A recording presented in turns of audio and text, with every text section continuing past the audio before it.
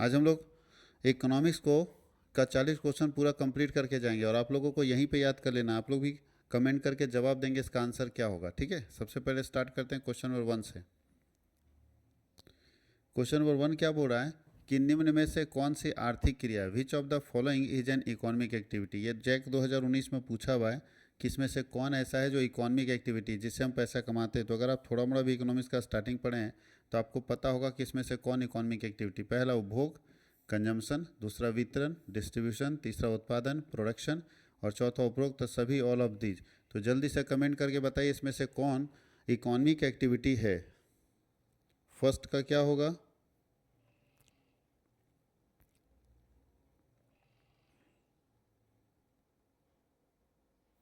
First का D, सी, और बताइए फटाफट जल्दी जल्दी।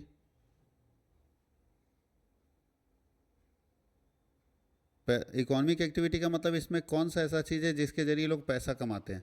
तो कौन सा ऐसा काम है जिसके जरिए पैसा कमाते हैं? तो याद रखिएगा, इससे भी पैसा कमाते हैं, इससे भी पैसा कमाते हैं और इससे भी पैसा कमाते हैं। तो इसका आंसर होना चाहिए all of these. Economic activity सब है। कंजम्पशन भी इकोनॉमिक एक्टिविटी है, डिस्ट्रीब्यूशन भी इकोनॉमिक एक्टिविटी है और प्रोडक्शन भी इकोनॉमिक एक्टिविटी है। इसलिए इसका आंसर होगा डी, ऑल ऑफ दीज। अब चलते हैं दूसरा क्वेश्चन। ये भी देखिए झारखंड बोर्ड 2020 में पूछा हुआ क्वेश्चन है। ये 19 में पूछा था या 20 में पूछा है। अर्थशास्त्र का जनक किसे कहा जाता है? Who is known as father of economics. Father of economics कौन है? किन्हें अर्थशास्त्र का जनक कहा जाता है? तो सबसे पहले एडम स्मिथ, दूसरा मार्शल, तीसरा जेके मेहता और चौथा पीगू। तो किन्हें इकोनॉमिक्स का फादर कहा जाता है? क्वेश्चन नंबर 2 बताइए क्या होगा? जल्दी जल्दी बताते जाइए, 2 का क्या होगा? 2 का ए बिल्कुल सही है। एडम स्मिथ को फादर ऑफ इकोनॉमिक्स कहा जाता है। इकोनॉमिक्स के फादर एडम स्मिथ है, याद रखिएगा। एडम स्मिथ को फादर ऑफ इकोनॉमिक्स कहा जाता है।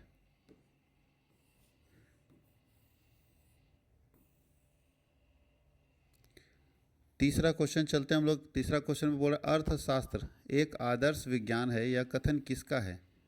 Economics is a normative science, who said it. किसने कहा था economics is a normative science? वैसे इकोनॉमिक्स दो तरह का साइंस है, पॉजिटिव और नॉर्मेटिव। तो किसने कहा था कि economics is a normative science? Robins ने कहा, पीगू ने कहा, विक्सटीड ने कहा और स्टिगलर ने कहा। किसने कहा था कि economics is a normative science? जल्दी से कमेंट करके बताइए थर्ड का क्या होगा।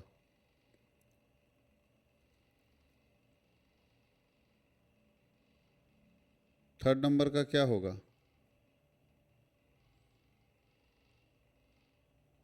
तो मैं आपको थोड़ा सा बता दूं, यहाँ पे क्वेश्चन मिस्टेक है। हम लोग इसको काट के यहाँ पे मार्शल लिख देते हैं। मार्शल ने कहा था, तो मार्शल ऑप्शन में नहीं दिया है। तो आप याद रखिएगा, मार्शल ने कहा था इकोनॉमिक्स जो है वो नॉर्मेटिव साइंस है, ठीक है। नॉर्मेटिव साइंस मानने वाले में से मार्शल हैं, ये तीनों नहीं। तो इसलिए मार्शल इसका ऑप्शन होगा। तो आप इसको काट के मार्शल कर लीजिएगा, ठीक है। तो इसको तो ऑप्शन ही चेंज था। अब चलते हैं हम लोग यहाँ पे। अर्थशास्त्र का सार क्या है? What is essence of the economics. Economics का इसेंस क्या है? इकोनॉमिक्स में हम लोग सबसे मेन चीज़ है जो क्या पढ़ते हैं, जिसके बिना इकोनॉमिक्स नहीं कर सकते हैं। तो पहला स्कार्सिटी, दूसरा चॉइस, तीसरा बोथ और चौथा नन ऑफ दीज। दुर्लभता, चयन, दोनों और इनमें से कोई नहीं। तो बताइए इकोनॉमिक्स में सबसे इंपॉर्टेंट क्या है जिसको हम लोग ध्यान देना चाहिए? 4 का क्या होगा?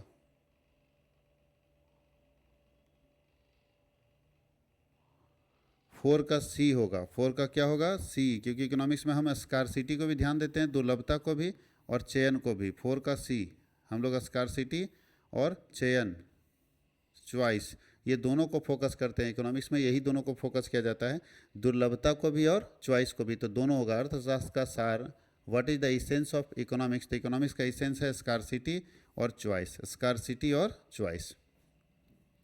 अगला क्वेश्चन है, बहुवचन के रूप में सांख्यिकी का तात्पर्य क्या है? बहुवचन के रूप में सांख्यिकी क्या है? Statistics in plural form. तो प्लूरल फॉर्म में स्टैटिस्टिक्स क्या है? तो science of collection, classification and uses of numbers, disorganised pictorial facts, उसके बाद अव्यवस्थित रूप से संग्रहित मनोवैज्ञानिक तथ्यों से और व्यवस्थित रूप से संग्रहित संख्यात्मक तथ्यों से। अगर हम बात करें प्लूरल फॉर्म में, तो प्लूरल फॉर्म में स्टैटिस्टिक्स का मतलब क्या होता है? हम लोग क्या मानेंगे? चारों में से कौन सा होगा? जल्दी बताइए। फाइव का क्या होना चाहिए, ए बी सी और डी?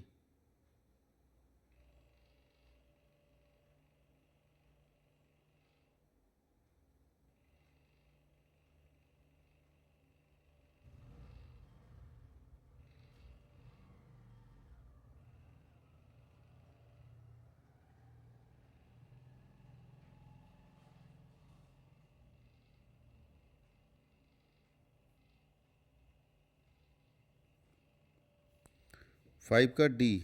सिंगुलर सेंस में ये आंसर होगा, प्लूरल सेंस में ये आंसर होगा, ठीक है। फाइव का डी।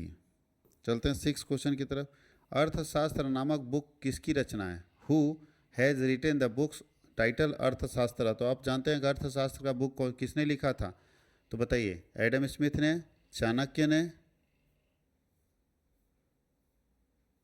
सैमुअल्सन ने और मार्शल ने। तो आप सब लोग जानते हैं चाणक्य ने लिखा था। अर्थशास्त्र नामक बुक किसने लिखा था? चाणक्य ने। तो इसका बी ऑप्शन सही होगा, चाणक्य, जो नीचे चला गया। चाणक्य ने लिखा था अर्थशास्त्र नाम का बुक। उसके बाद हम लोग को पढ़ना है, अर्थशास्त्र जीवन के सामान्य कारोबार के संदर्भ में मनुष्य के किस कार्य के अध्ययन से संबंधित है? मतलब हम लोग नॉर्मल कोर्स ऑफ लाइफ में अर्थशास्त्र में हम क्या पढ़ते हैं? तो सामान्य कार्य से, सामाजिक कार्य से, आर्थिक कार्य से और गैर आर्थिक। इकोनॉमिक्स में हम क्या पढ़ते हैं? समाज का काम, सामान्य काम, आर्थिक काम पैसे से रिलेटेड, या गैर आर्थिक काम बिना पैसे का।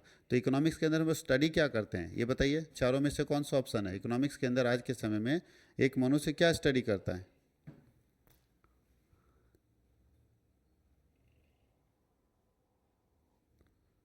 बिल्कुल सही जवाब आ रहा है, सेवन का सी।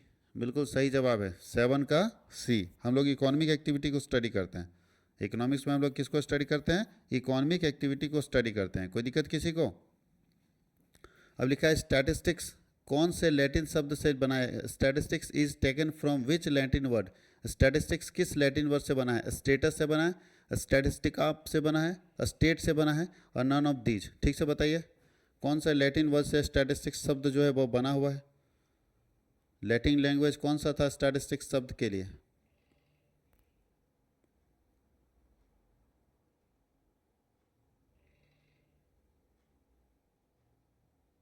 वो लैटिन लैंग्वेज था स्टेटस। स्टैटिस्टिक्स शब्द जो बना है वो लैटिन लैंग्वेज स्टेटस से बना है। यानी लैटिन लैंग्वेज स्टेटस से एक शब्द निकल के आया जिसको हम लोग स्टैटिस्टिक्स कहते हैं, सांख्यिकी कहते हैं। तो सांख्यिकी का निर्माण लैटिन लैंग्वेज स्टेटस से बना हुआ है। स्टेटस का मतलब, अब स्टैटिस्टिक्स शब्द का सबसे पहले प्रयोग कब हुआ था? सांख्यिकी शब्द का सबसे पहले प्रयोग कब हुआ था बताइए? सबसे फर्स्ट स्टैटिस्टिक्स वर्ड का यूज कब किया गया था? 1749 में, 1849 में, 1649 में, और नन ऑफ दीज। तो बताइए सबसे पहले स्टैटिस्टिक्स वर्ड का यूज़ कब किया गया था? कौन से साल में किया गया था? नाइन का जल्दी से बताइए क्या होगा?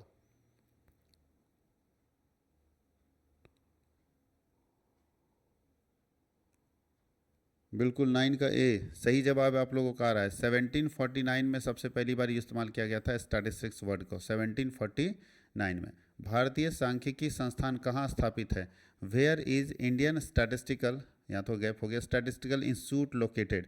ये भी जैक 2019 में पूछा है कि कहाँ पे इंडियन स्टैटिस्टिकल इंस्टीट्यूट लोकेटेड है? दिल्ली में, चेन्नई में, मुंबई में, कलकत्ता में। जल्दी से बताइए 10 का क्या होगा? जल्दी से बताइए 10 का क्या होगा?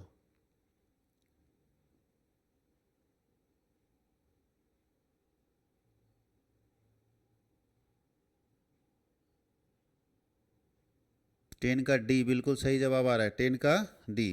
कलकत्ता में ही हेड क्वार्टर है स्टैटिस्टिक्स का। भारतीय सांख्यिकी संस्थान जो है, इसको हम लोग शॉर्ट में बोलते हैं Indian statistical institute, ISI। Indian statistical institute जो है वो कलकत्ता में ही स्थापित है, ठीक है। कलकत्ता ही इसका हेड क्वार्टर है, कलकत्ता में ही स्थापित है, हेड क्वार्टर कलकत्ता है। अब हो रहा है कि जिन आंकड़ों का प्रयोग करने पर समय और धन की बचत होती है, इसमें से कौन सा डाटा, प्राइमरी डाटा या सेकेंडरी डाटा, जिसमें समय भी बचता है और धन भी बचता है, कौन से डेटा के कलेक्शन में बचता है? प्राइमरी डेटा के कलेक्शन में, सेकेंडरी डेटा के कलेक्शन में, या दोनों में? तो कौन से डेटा के कलेक्शन में हमारा समय और पैसा दोनों बचता है? तो जल्दी से बताइए, ऑप्शन ए, बी, सी और डी। या प्राइमरी डाटा में, या सेकेंडरी डाटा में, या दोनों में, या इनमें से कोई नहीं। जल्दी बताइए कौन सा होगा? क्वेश्चन नंबर 11 का क्या लिखेंगे?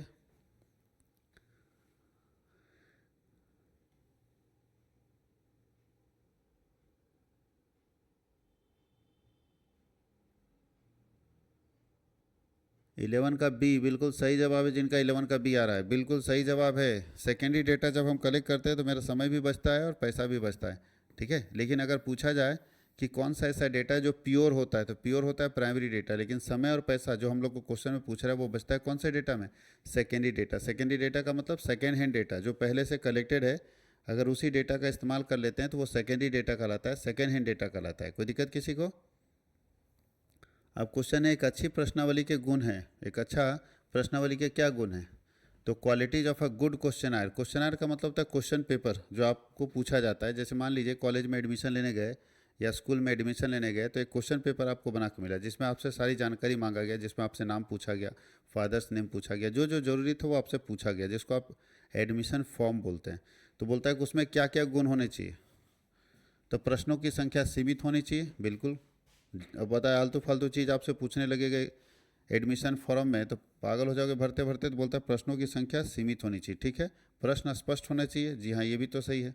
प्रश्न जो भी होने चाहिए क्लियर, जैसे वहाँ लिखा रहता है नाम साफ लिखा रहता है क्या है। प्रश्न उचित क्रम में होने चाहिए, ये भी सही है। तो बताइए इसमें से सही आंसर क्या होगा? All of the. जब सही सारा सही है तो फिर ऑल ऑफ दीज आंसर होगा। मतलब एक अच्छे प्रश्नावली में ये तीनों गुण होने चाहिए। प्रश्न उचित क्रम में होना चाहिए, एकदम सिस्टमेटिक पूछा जाना चाहिए, ठीक है। प्रश्नों की संख्या कम होनी चाहिए और प्रश्न स्पष्ट होने चाहिए। ये तीनों के तीनों जवाब इसमें है, सही है। अब चलते हैं राष्ट्रीय प्रतिदर्श सर्वेक्षण NSS, इसको बोलते हैं नेशनल सैंपल सर्वे। नेशनल सैंपल सर्वे की स्थापना कब हुई थी? तो याद रखना नेशनल सैंपल सर्वे की स्थापना कब हुई थी? बताइए। ऑप्शन 4 है 1910, 1920, 1947, 1950। नेशनल सैंपल सर्वे की स्थापना कब हुई थी? बताइए जल्दी से। 1910, 1920, 1947 और 1950। 13 का क्या होगा?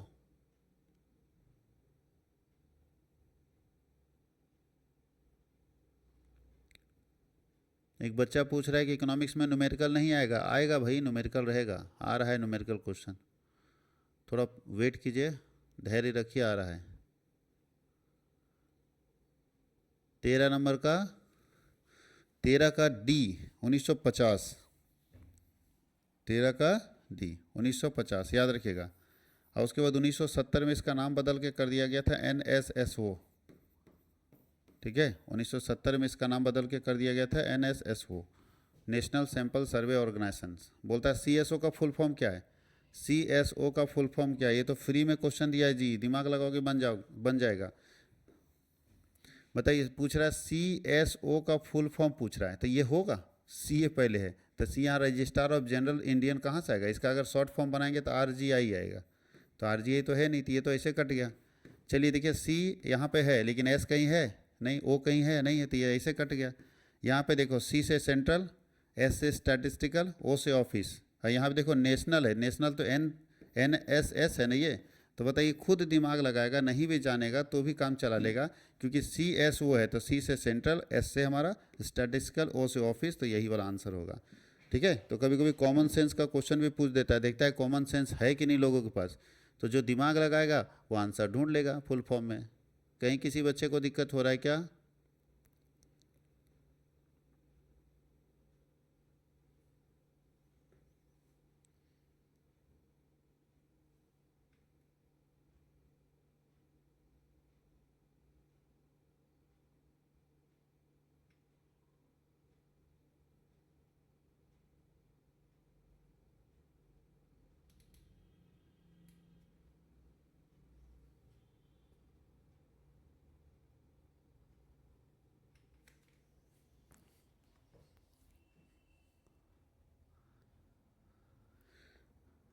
चलिए अब चलते हैं 15 नंबर में। बोलता है समग्र की प्रत्येक इकाई का अध्ययन किया जाता है। बोलता है each and every unit of population is studied. किस तरह के इन्वेस्टिगेशन में हर यूनिट को, जितने भी इन्वेस्टिगेशन के यूनिट है सारे यूनिट का स्टडी करते हैं। कौन सा और ये होता है जिसमें हम लोग सारे किस तरह के सैम्पलिंग में, किस तरह के इन्वेस्टिगेशन में सारे यूनिट का स्टडी किया जाता है? सेंसस में, सैम्पलिंग में, ये तो होता ही नहीं, स्थगित, और ये सब तो हम लोगों को देखना ही नहीं है, हम लोगों को पढ़ना नहीं, यही दोनों में बताओ, इन दोनों में से कौन सा ऐसा तरीका है इन्वेस्टिगेशन करने का जिसमें हम हर एक इकाई का अध्ययन करते हैं। तो सैम्पलिंग में हम कुछ चुने हुए सैंपल का अध्ययन करते हैं, आपको बताए थे सैम्पलिंग में कुछ चुने हुए सैंपल का अध्ययन करते हैं। सेंसस एक ऐसा मेथड है जिसमें हम सारे इकाइयों का अध्ययन करते हैं। सेंसस जब हम करते हैं तो हर इकाई का अध्ययन करते हैं। सेंसस एक ऐसी विधि है जिसमें हम हर इकाई का अध्ययन करते हैं। तो 15 नंबर का क्या हो गया, ए हो गया, 15 नंबर का ए बिल्कुल सही जवाब आ रहा है आप लोगों का। चलिए अगला क्वेश्चन देखते हैं।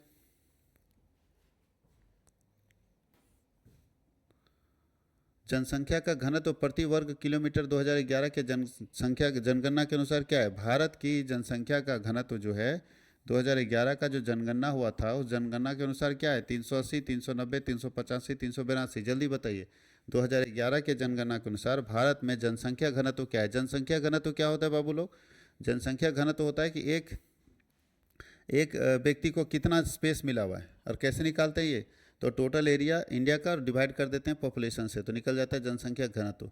तो बताइए क्या है इसमें जनसंख्या घनत्व, जल्दी से बताइए। 16 का क्या होगा,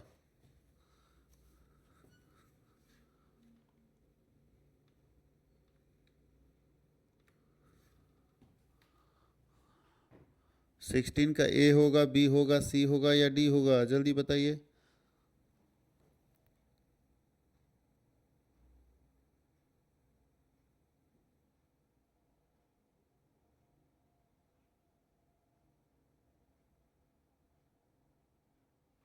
सिक्सटीन का डी होगा, 382, 382।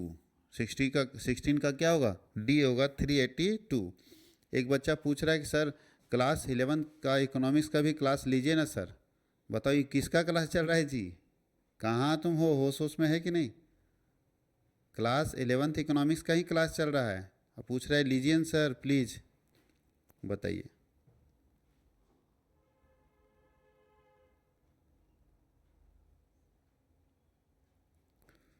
रिवीजन करने का पूरा समय नहीं है बाबू लोग, रिवीजन कराएंगे तो बहुत टाइम लग जाएगा। जिनको जो बिल्कुल भी नहीं पढ़े हैं वो जाइए, 500 में हमारा पेड कोर्स है, खरीदिए और पूरा कोर्स पढ़ लीजिए आराम से। यहाँ पे हम लोग पूरा रिवीजन नहीं कर पाएंगे, पूरा रिवीजन करने में बहुत टाइम लग जाएगा, ठीक है। तो हम लोग इंपॉर्टेंट क्वेश्चन का ही कलेक्शन करेंगे। अगर आप बिल्कुल भी नहीं पढ़े हैं तो पेड कोर्स में जाके और आराम से पढ़ लिए, 500 में आपको मिल जाएगा। NSSO का क्या अंग है, which is a part of NSSO। NSSO किसका अंग है, तो डेटा प्रोसेसिंग डिवीजन का अंग है, फील्ड ऑपरेशन डिवीजन का अंग है, बोथ ए एंड बी, और इनमें से कोई नहीं। तो NSSO क्या किसके अंदर काम करता है, बताइए किसका पार्ट है NSSO, तो बताइए NSSO किसका पार्ट है।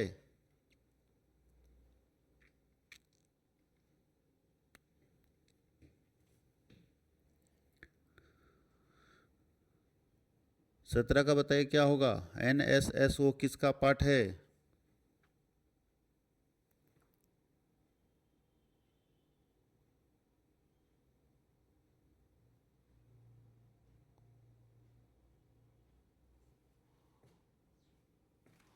सत्रह का सी बिल्कुल सही जवाब आ रहा है जिनका होगा, 17 का सी ऑप्शन सही है बिल्कुल।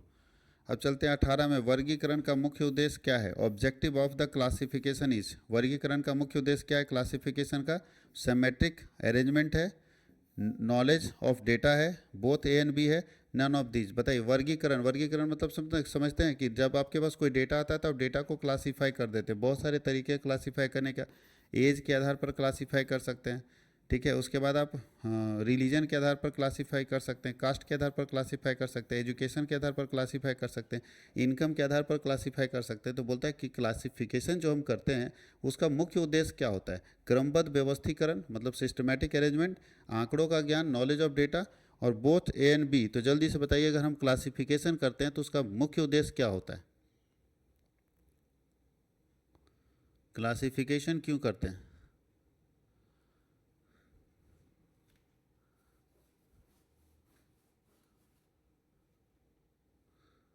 क्लासिफिकेशन का मुख्य उद्देश्य क्या होता है।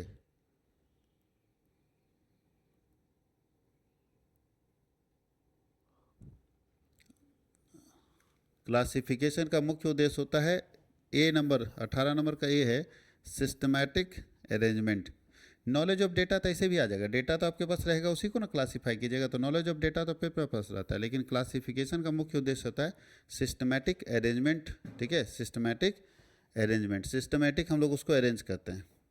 निम्न में से परास का सूत्र क्या होगा? In the following the formula of range will be.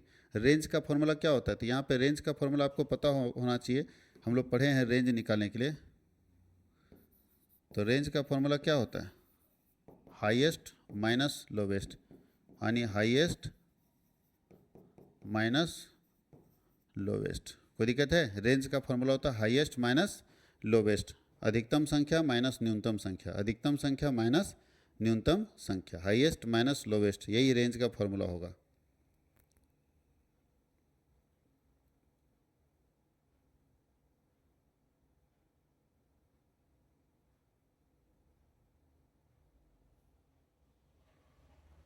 अब देखिए इसमें होगा हाईएस्ट माइनस लोवेस्ट, वही होगा, तो ये तो होगा नहीं नंबर ऑफ क्लास। अच्छा इसमें दिया ही नहीं जी, इसमें दूसरा दिया है, थोड़ा गलत दे दिया आंसर। हाईएस्ट माइनस लोवेस्ट, याद रखिएगा, सबसे अधिकतम संख्या की सीरीज का और सबसे न्यूनतम संख्या दोनों को माइनस कर देंगे तो निकल जाएगा रेंज। तब क्या निकल जाएगा? रेंज। अब अगला क्वेश्चन लिखा, अधिक किसी वर्ग में मिलान चिन्ह 7 है, बताइए, आप लोग पढ़े हैं बचपन से, 7 कैसे लिखते हैं जी? बताइए, 7 अगर लाता है तो 1 2 3 4 5 6 7, बताइए कहाँ पे है ये तो नहीं है, ये नहीं होगा, ये नहीं होगा, ये नहीं होगा, ये वाला है, देखिए, हाँ, ये 7 ऐसे ना लिखते थे, याद है कि नहीं? ये 1 2 3 4 5 ऐसे लिखते थे ना, 5 5 लिखा गया, 1 2 3 4, 4 के बाद 5, 5 के बाद 6 और 7, फिर 10 लिखना है, 1 2 3 4 5, 1 2 3 4 5, फिर 1 2 3 4 5, 15 हो गया ये इसका। तो आप लिखे ना बचपन में, ये सब लिखे होंगे।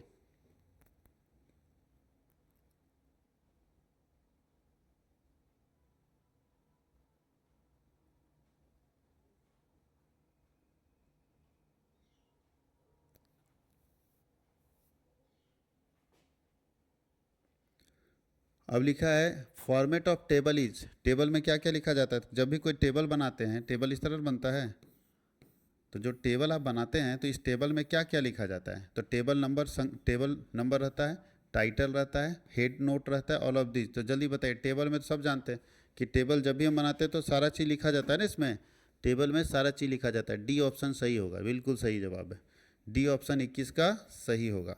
अब चलते हैं 22 में, तो बोलता है सारनियन का आधार है, the basis of tabulation is, tabulation किस आधार पर करते हैं? तो क्लासिफिकेशन के आधार पर, टेबल के आधार पर, डेटा के आधार पर, और इनमें से कोई नहीं। तो टेबुलेशन किसके आधार पर किया जाता है? जल्दी से बताइए, 22 नंबर का क्या होगा? 22 नंबर का बताइए, सारनियन किसके आधार पर किया जाता है? 22 का क्या होगा?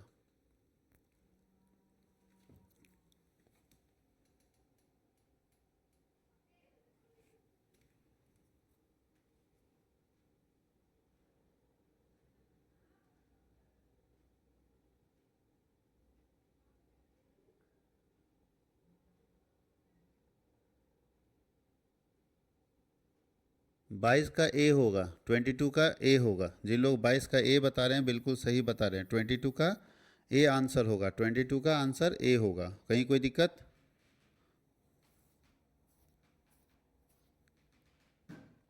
चलते हैं 23 की तरफ। 23 में क्या होगा?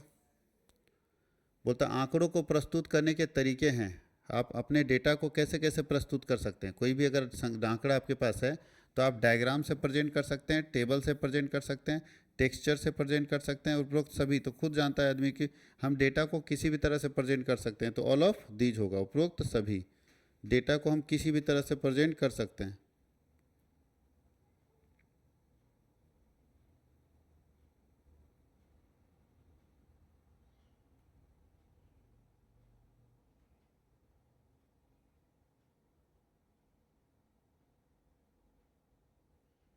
जिनको क्लियर नहीं दिख रहा है, अपना क्वालिटी बढ़ाइए ना, वहाँ से जाके सेटिंग में जाके अपना क्वालिटी बढ़ा लीजिए, दिख जाएगा सही से। अब पूछ रहा है समांतर माध्य का कौन सा फॉर्मूला, मीन निकालने का इसमें कौन सा फॉर्मूला? ये भी जैक 2020 में पूछा हुआ है। तो मीन निकालने का ये फॉर्मूला तो हो ही नहीं सकता, ये फॉर्मूला भी मीन निकालने का नहीं, ये एक्स स्क्वायर बाई एन नहीं है, यही फॉर्मूला मीन निकालने का। क्योंकि मीन निकालने का फॉर्मूला होता है सिग्मा एक्स बटा एन, इंडिविजुअल सीरीज में सिग्मा एक्स बटा एन होता है मीन निकालने का फॉर्मूला। क्लियर?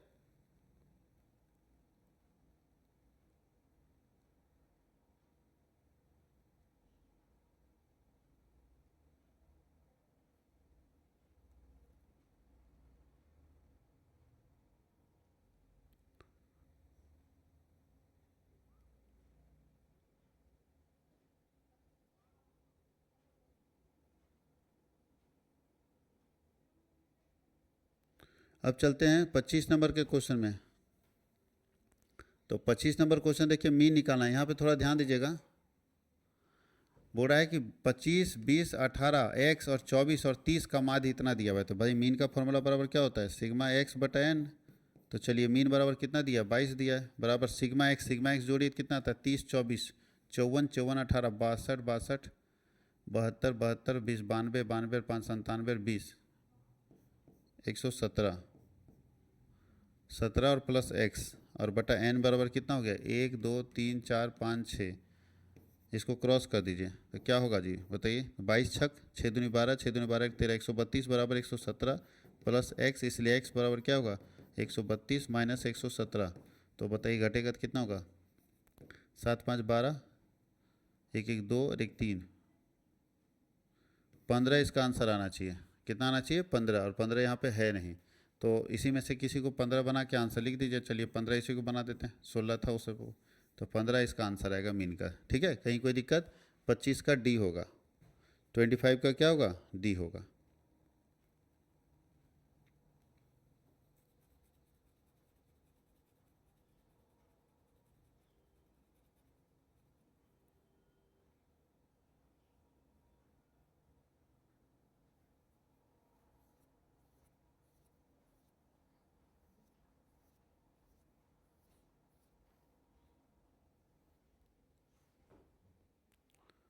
अब हो रहा है कि गुणात्मक आंकड़ों को निम्न में से किसके द्वारा दर्शाया जाता है। गुणात्मक आंकड़े जो क्वालिटी वाले थे वो मीन से दर्शाया जाता है, मीडियन से दर्शाया जाता है, मोड से दर्शाया जाता है, या क्वालिटेटिव मीन से दर्शाया जाता है। तो गुणात्मक आंकड़े को किस में से किससे दर्शाया जाता है, तो मीन से तो नहीं होता है। तो बताइए किससे दर्शाया जाता है, तीनों में से। जो गुण वाले आंकड़े होते हैं उसको किस में दर्शाया जाता है, 26 का क्या होगा,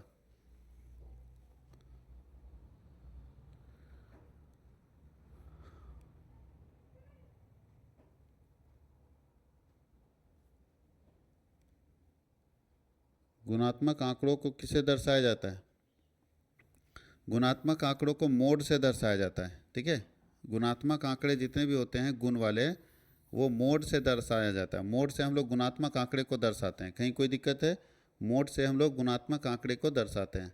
अभी बोला है कि भूइष्ठक मतलब मीन, मीडियन और मोड का संबंध है, relation between mean, median and mode. तो मीन, मीडियन, मोड का रिलेशन क्या है। तो अब यहाँ तो तीनों रिलेशन यहाँ पे क्लियर नहीं किया, थोड़ा सा गड़बड़ है यहाँ पे क्वेश्चन में।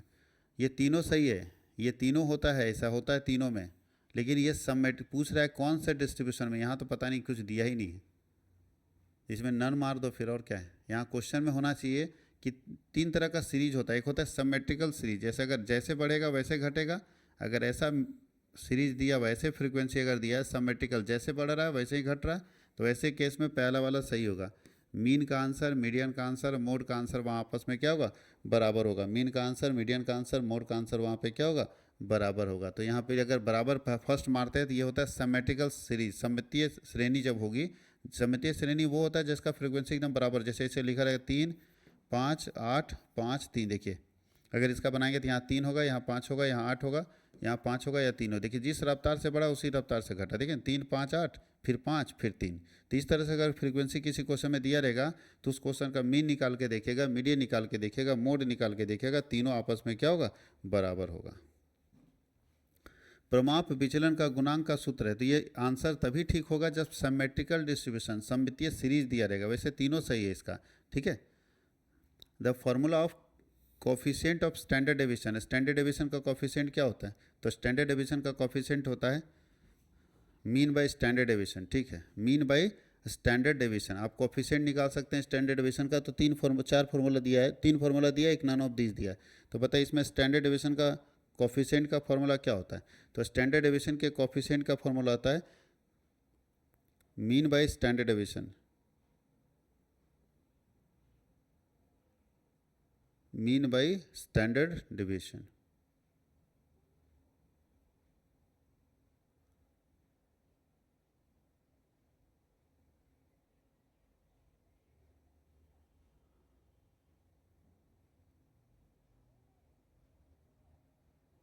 Mean by standard deviation. तो मीन बाय स्टैंडर्ड डेविएशन का ऑप्शन क्या है, यहाँ पे दिया हुआ बी में, और ये है कोफिशिएंट ऑफ वेरिएशन है। कोफिशिएंट ऑफ वेरिएशन का फॉर्मूला आता है mean by standard deviation into 100। चतुर्थक विचलन का सूत्र क्या है? The formula of quartile deviation, quartile deviation का होता है Q3 minus Q1 divided by 2, तो Q3 minus Q1 divided by 2 D में ऑप्शन में है, तो Q3 minus Q1 divided by 2 हमारा कौन सा ऑप्शन में है? डी ऑप्शन में। अब लिखा है सहसंबंध क्या होता है? कोरिलेशन का आंसर जब भी होगा तो -1 से +1 के बीच में होता है। कोरिलेशन का आंसर -1 से +1 के बीच में होता है, बिटवीन -1 टू +1, याद रखिएगा। अब हो रहा है कि अंतर कोटि रीति किसकी देन है? Rank difference method is given by Karl Pearson, Spearman, Bowley और फिशर। बताइए रैंक कोरिलेशन किसने दिया? रैंक कोरिलेशन को किसने डेवलप किया है? तो रैंक कोरिलेशन को स्पीयरमैन ने डेवलप किया। स्पीयरमैन रैंक कोरिलेशन है, ठीक है, नाम पूरा इसका है Spearman rank correlation. Spearman rank correlation, तो स्पीयरमैन ने डेवलप किया इसको। सूचकांक के प्रकार है? The types of index are, index के कितने प्रकार होते हैं? तो इंडेक्स में आप पढ़े होंगे होलसेल प्राइस इंडेक्स, अच्छा एक और ऊपर में consumer price index, index of industrial production और ऑल ऑफ दीज। तो बताइए कितने तरह के इंडेक्स हैं? तो इंडेक्स 3 तरह से आप लोग बोल सकते हैं, तीनों तरह का इंडेक्स निकलता है। कंज्यूमर प्राइस इंडेक्स भी निकलता है, होलसेल प्राइस इंडेक्स निकलता है, इंडेक्स ऑफ इंडस्ट्रियल प्रोडक्शन भी निकलता है, तो ऑल ऑफ दीज हो जाएगा। एक और क्वेश्चन हम लोग देख लेते हैं। उपभोक्ता की कीमत सूचकांक को किस अन्य नाम से जाना जाता है? कंज्यूमर प्राइस इंडेक्स को और किस नाम से जाना जाता है? तो कंज्यूमर प्राइस इंडेक्स को कॉस्ट ऑफ लिविंग इंडेक्स बोलते हैं, या होलसेल प्राइस इंडेक्स बोलते हैं, या इंडस्ट्रियल इंडेक्स बोलते हैं। क्या बोला जाता है? कंज्यूमर प्राइस इंडेक्स को दूसरे एक और नाम से हम लोग क्या जानते हैं? कंज्यूमर प्राइस इंडेक्स को एक और नाम से हम लोग क्या जानते हैं? तो कंज्यूमर प्राइस इंडेक्स हम लोग कॉस्ट ऑफ लिविंग इंडेक्स के नाम से जानते हैं। कंज्यूमर प्राइस इंडेक्स का दूसरा नाम है cost of living index. Cost of living index he consumer price index का दूसरा नाम है, कॉस्ट ऑफ लिविंग इंडेक्स। आंकड़ों का विश्लेषण करने की प्रमुख विधियां हैं। कितने तरीके से आंकड़ों का विश्लेषण कर सकते हैं? तो मीन है, मीडियन है, मोड है। तो देखिए सबसे पहले आंकड़ों का विश्लेषण कर सकते हैं मेजर ऑफ सेंट्रल टेंडेंसी से, जिसमें मीन, मीडियन, मोड पढ़ते हैं, मेजर ऑफ डिस्पर्सन से, कोरिलेशन से, या ऑल ऑफ दी। तो जल्दी से बताइए 34 का क्या होगा, 34 का क्या होगा? आंकड़ों का विश्लेषण कैसे करते हैं?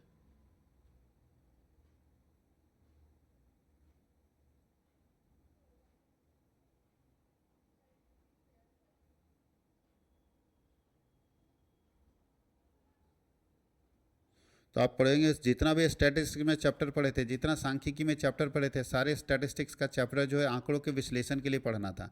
तो आप ये भी पढ़े मेजर ऑफ सेंट्रल टेंडेंसी, जिसके अंदर मीन, मीडियन, मोड पढ़े, मेजर ऑफ डिस्पर्सन पढ़े, जिसके अंदर आप डिस्पर्सन के बारे में, कोरिलेशन एक चैप्टर पढ़े, तो ऑल ऑफ दीज हो जाएगा। सारा का सारा आंकड़ों के विश्लेषण की विधि है, सारा का सारा आंकड़ों के विश्लेषण की विधि है। अब अगला क्वेश्चन है कि प्रोजेक्ट क्या है? परियोजना क्या होता है? आर्थिक होता है, सामाजिक होता है, ए और बी दोनों होता है, इनमें से कोई नहीं। तो प्रोजेक्ट दोनों होता है, आर्थिक रूप में भी बनाया जाता है और सामाजिक पर्पज से भी बनाया जाता है। पर परियोजना जो है वो आर्थिक और सामाजिक दोनों उद्देश्यों के लिए बनाया जाता है। परियोजना आर्थिक और सामाजिक दोनों उद्देश्यों के लिए बनाया जाता है। अगला है परियोजना के चरण हैं। कितने तरह के स्टेप्स हैं परियोजना के?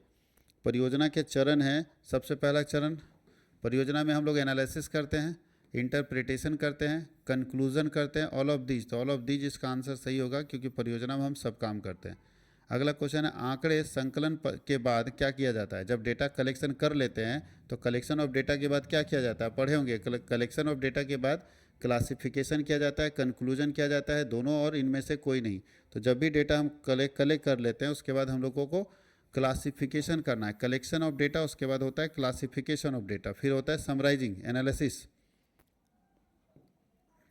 आगे लिखा है रिपोर्ट दी जाती है। रिपोर्ट किन्हें दी जाती है?